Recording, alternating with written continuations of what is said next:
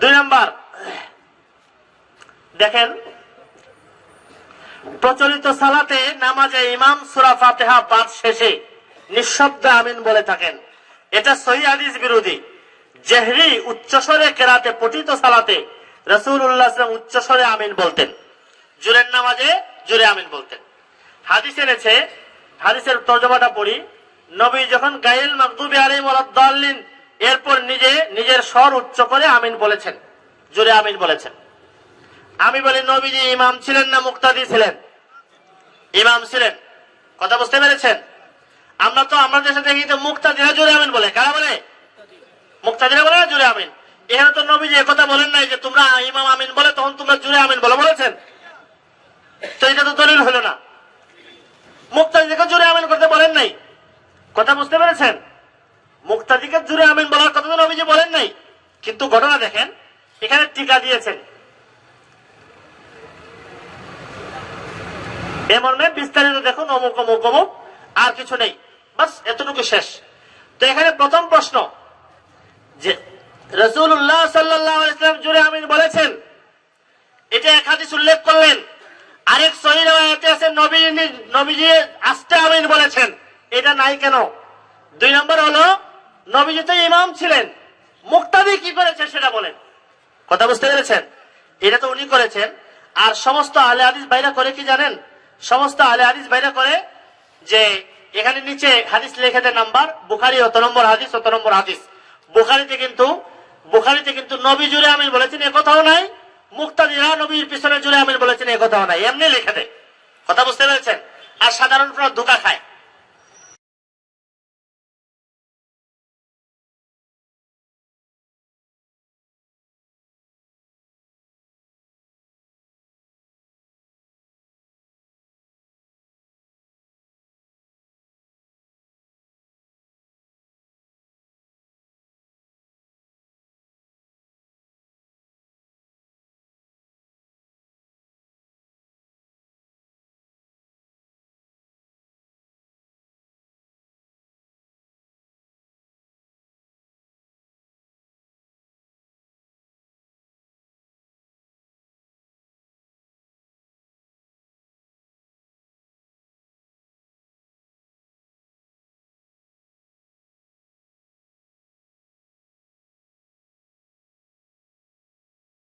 তিন নাম্বার, দেখেন 3 নাম্বার হলো রাফুল ইয়াদাইন, রুকু থেকে উঠে হাত উঠানো। এখানে উনি হাদিস উল্লেখ করেছেন কোন কোন জায়গায় রাফুল ইয়াদাইন, প্রথম প্রশ্ন কোন কোন জায়গায় হাত উঠাবে। তো উনি লিখেছেন, দেখেন রুকুতে যাওয়ার সময়, রুকু থেকে উঠার সময়, 3 বা 4 রাকাত বিশিষ্ট সালাতে তৃতীয় রাকাতের জন্য উঠার সময় 3 জায়গার কথা লিখেছেন। তাকবীরে তাহরিমা সহ 4 জায়গা। খেয়াল করে শুনেন, এটা ভালো করে বুঝেন। একটা হলো তাকবীরে তাহরিমার সময় আমরা হাত উঠাই কিনা, আরেকটা হলো রুকু থেকে উঠার সময়, রুকুতে যাওয়ার সময়। তিনি আরেকটা লিখেছেন তৃতীয় রাকাতে উঠার সময়। আমার সামনে আলবানী সাহেবের বই আছে, বুখারী যে হাদিস নাম্বার দিয়েছেন, এখানে টিকার মধ্যে বুখারী হাদিস নাম্বার লিখেছেন 736, 739। এক হাদিসে আছে 736 নম্বর হাদিসে আছে রাসূলুল্লাহ সাল্লাল্লাহু আলাইহি ওয়াসাল্লাম রুকুতে যাওয়ার সময় আর উঠার সময় হাত উঠাইতেন, তৃতীয় রাকাতের কথা নাই। কথা বুঝতে পেরেছেন? আর 39 নম্বর হাদিসে আছে তৃতীয় রাকাতে উঠার সময়ও হাত উঠাইছেন।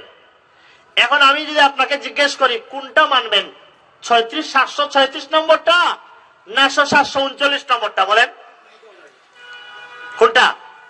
দুইটাকে গুলমুল করে মিলাইয়া মানবো, দুইটাকে গুলমুল করে মিলাইবার কথা অধিকার দিয়েছে কে আপনাকে? কথা বোঝেন নাই? এই জন্য কোন কোন আহলে হাদিসরা শুধু রুকুতে যাওয়া এবং উঠার সময় 736 নম্বর হাদিসে আছে। বুখারী শরীফ খুলে দেখেন, এই যে বুখারী তাওহীদ পালনের বুখারী শরীফ আছে আমার হাতে। 736 নম্বর হাদিসে রুকুতে যাওয়া এবং উঠা, 739 হলো তৃতীয় রাকাতে উঠার কথা। কথা বুঝতে পেরেছেন?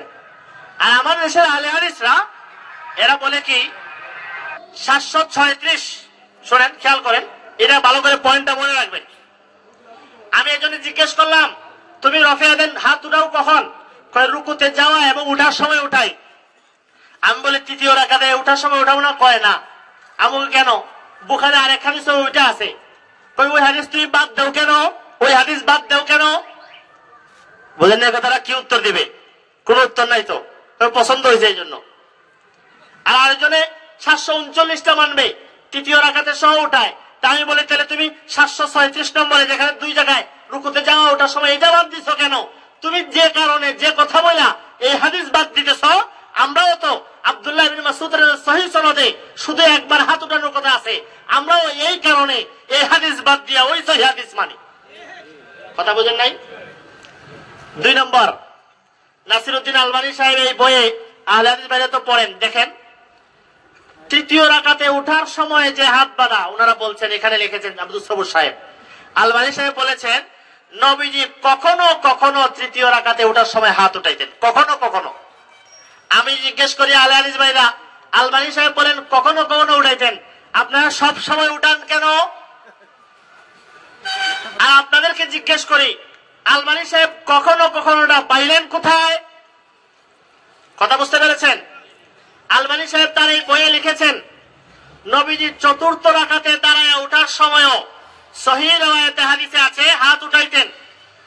এখানেও আলবানী সাহেব আহইয়ানান কখনো কখনো।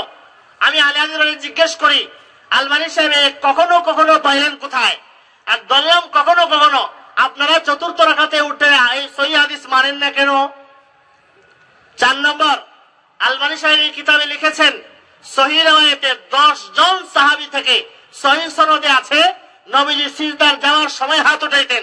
আরেক riwayate আছে সিজদার সময় উঠার সময় আরো 2 জায়গায় হাত উঠাইতেন। আলবানী সাহেবের এই বিশ্ববিখ্যাত মুহাদ্দিস আপনাদের যিনি সহিহ হাদিসের কিতাব নামাজ লিখেছেন, আপনি একটু মেহেরবানি করে বলেন কেন আপনারা কেন সিজদায় যাওয়া এবং ওঠার সময় হাত উঠান না? এই সহিহ হাদিস কেন মানেন না? কয়টা সহিহ হাদিস গেল? সিজদায় যাওয়ার সময় একটা, সিজদার সময় ওঠার সময় একটা, তৃতীয় রাকাতে ওঠার সময় একটা, চতুর্থ রাকাতে ওঠার সময় একটা, 4টা সহিহ হাদিস না? 4টা সহিহ হাদিসে আলবানী সাহেব কখনো কখনো লাগাইলেন কিসের ভিত্তিতে? আর আপনারা মানেন না কিসের ভিত্তিতে? যে ভিত্তিতে আপনারা এই 4টা সহিহ হাদিস ছেড়ে একটা সহিহ হাদিসকে আঁকড়ায় ধরছেন, বুখারী 739 নম্বর। ঠিক একই ভিত্তিতে, একই উপর ভিত্তি করে আমরা হযরত আব্দুল্লাহ ইবনে মাসউদ রাদিয়াল্লাহু সহিহ সনদে বর্ণিত, যাকে আলবানী সাহেব বলেছেন যারা এই হাদিসকে যঈফ বলেছে তাদের কোনো দলিল নাই, তাদের দলিল সহিহ না। আলবানী সাহেব তার ইরওয়াউল গলিল কিতাবে বলেছেন, হিদায়াতুর রুয়াত কিতাবে বলেছেন। আমরাও এই একই কারণে অন্য সহিহ হাদিসগুলো বাদ দিয়ে একটা সহিহ হাদিসের উপর আমল করি।